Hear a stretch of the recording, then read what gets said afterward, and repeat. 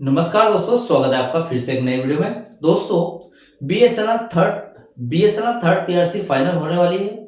ठीक है, इसी के साथ यहाँ पर पेंशन रिवीजन भी बीएसएनएल थर्ड पीआरसी यानी कि पे रिवीजन के साथ लगा हुआ है, लिंक है दोनों, और दोनों लिंक है तो साथ साथ है। ठीक है, एक बड़ी ताकत बन के बैठे हैं। अब यहाँ पर कर्मचारी जो यूनियंस है और साथ में पेंशन यूनियंस है, दोनों एक साथ है तो यहाँ पर बहुत ही बड़ी ताकत है। ठीक है, अभी ऐसे इन सभी के चलते यहाँ पर बहुत सारे पेंशनर्स यूनियन जो कि डॉट ऑब्जर्व पेंशनर्स है, उनके यूनियंस बोल रहे हैं कि पे रिवीजन और पेंशन रिवीजन को अलग अलग कर दो। ये सरकार से उन्होंने डिमांड की तो सरकार नहीं मानी, तो वो इस बात को लेकर कोर्ट में चले गए और उसी चीज का फैसला यानी उसी मसले का जो उस मामले का जो फैसला है वो 30 मार्च को लास्ट अंतिम सुनवाई में कोर्ट लेने वाला है।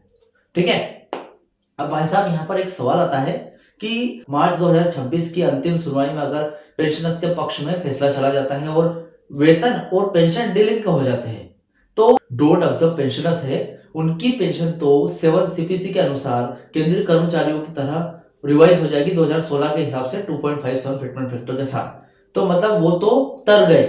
ठीक है, उनका कोई लेना देना नहीं कि भाई साहब कंपनी डूबे कुछ भी हो। ठीक है, लेकिन भाई साहब जो बच गए हैं यानी कि जो कर्मचारी रह गए हैं, ठीक है, पहले क्या था, दोनों एक साथ थे तो एक बड़ी ताकत थी और उस बड़ी ताकत से मतलब क्या है कि अफोर्डेबिलिटी क्लॉज से लड़ने में एक हिसाब से देखा जाए तो बड़ी ताकत काम में आएगी। अब यहां पर क्या हुआ कि डिलिंक हो गए।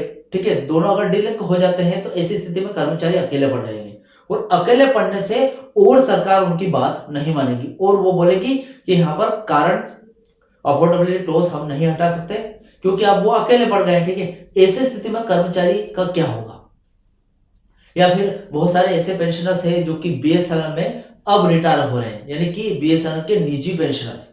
डोट ऑब्जर्व पेंशनर्स तो चलो भग गए, निकल गए यहाँ से कि चलो पे रिवीजन और पेंशन रिवीजन अलग अलग कर देते हैं, अलग हो गया और निकल गए। लेकिन वो उन पेंशनर्स का क्या जो कि अब भी पे रिवीजन से कहीं ना कहीं जुड़े हुए हैं, जो कि निजी पेंशनर्स है। ठीक है, बीएसएनएल के अपने खुद के फंड से पेंशन लेने पाने वाले निजी पेंशनर्स है, उनका क्या होगा?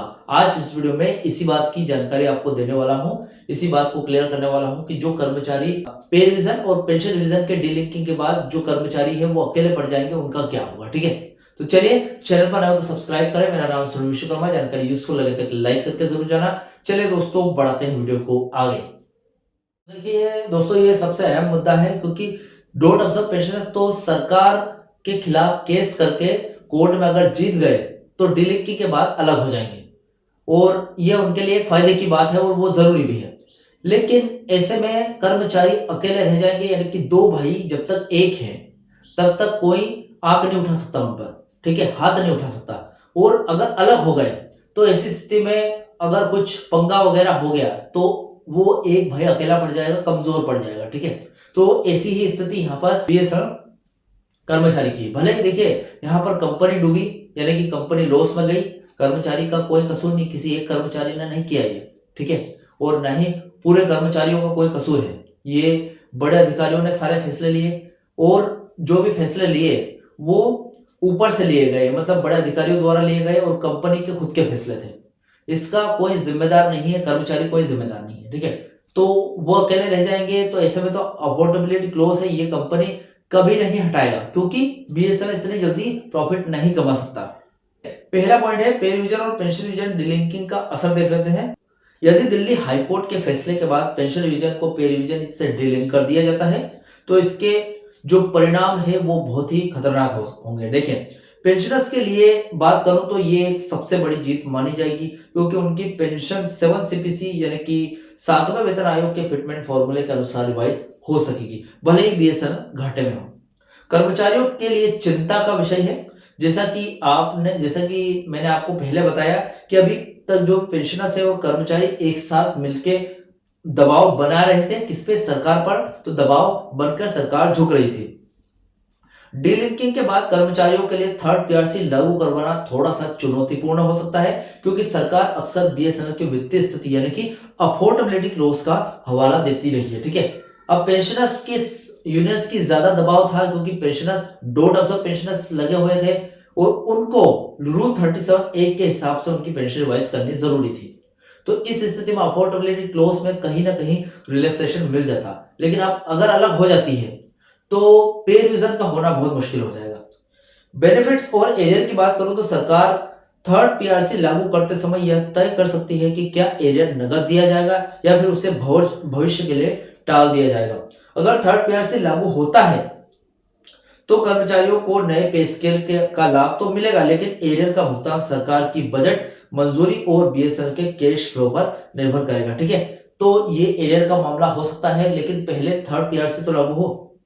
सेकंड पॉइंट है पेंशनर्स की श्रेणी, यानी कि डोट और जो निजी, मैंने अभी बात की थी, एक तो डोट ऑब्जर्व पेंशनर्स है और एक बीएसएनएल के निजी पेंशनर्स है, उनका क्या होगा। देखें, बीएसएनएल में पेंशनर्स को लेकर स्थिति थोड़ी सी तकनीकी रूप से थोड़ा स्पष्ट कर देते हैं।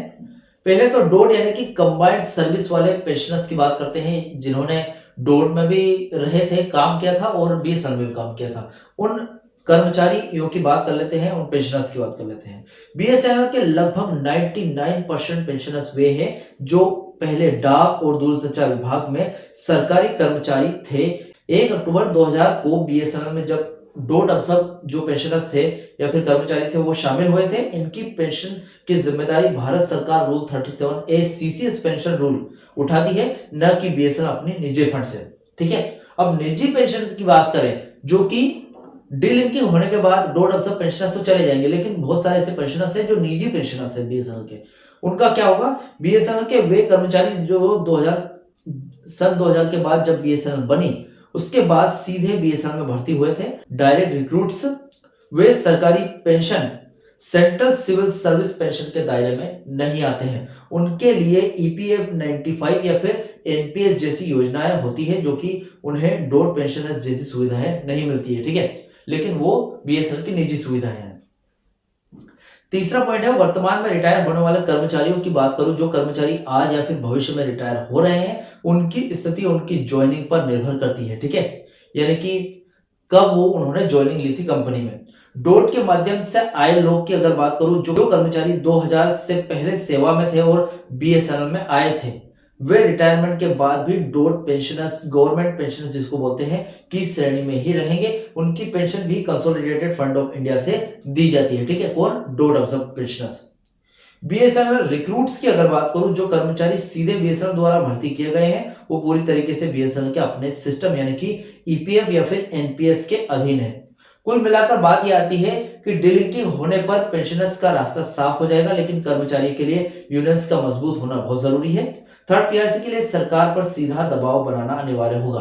ठीक है, और इसी के साथ जो कि निजी पेंशनर्स है बीएसएनएल के, वो भी पे रिवीजन के साथ ही जुड़े रहेंगे। जैसे ही पे रिवीजन होगा और जो डोट बीएसएनएल के निजी पेंशनर्स है उनका भी पेंशन रिवीजन हो जाएगा, बिल्कुल वही उसी फिटमेंट के साथ, और उसी यहाँ पर एरियर वगैरह सभी का लाभ बिल्कुल पे रिवीजन वालों को, जो कर्मचारियों को मिलेगा, वही पेंशनर्स के निजी, डोट के निजी पेंशनर्स को मिलेगा। ठीक है, फिलहाल आपका डाउट जो था वो क्लियर हो गया होगा कि अगर कर्मचारी और पेंशनर्स की डीलिंकिंग हो गई तो कर्मचारी का क्या होगा। ठीक है, फिलहाल इस वीडियो से रिलेटेड जो भी आप मैंने जानकारी दी है उससे रिलेटेड आपके जो भी डाउट क्वेश्चन वगैरह हो तो मुझे कमेंट बॉक्स में कमेंट कर सकते हैं। वीडियो अच्छा लगा तो वीडियो को लाइक कमेंट से जरूर करें। मिलते हैं दोस्तों नेक्स्ट वीडियो में। सी यू सून।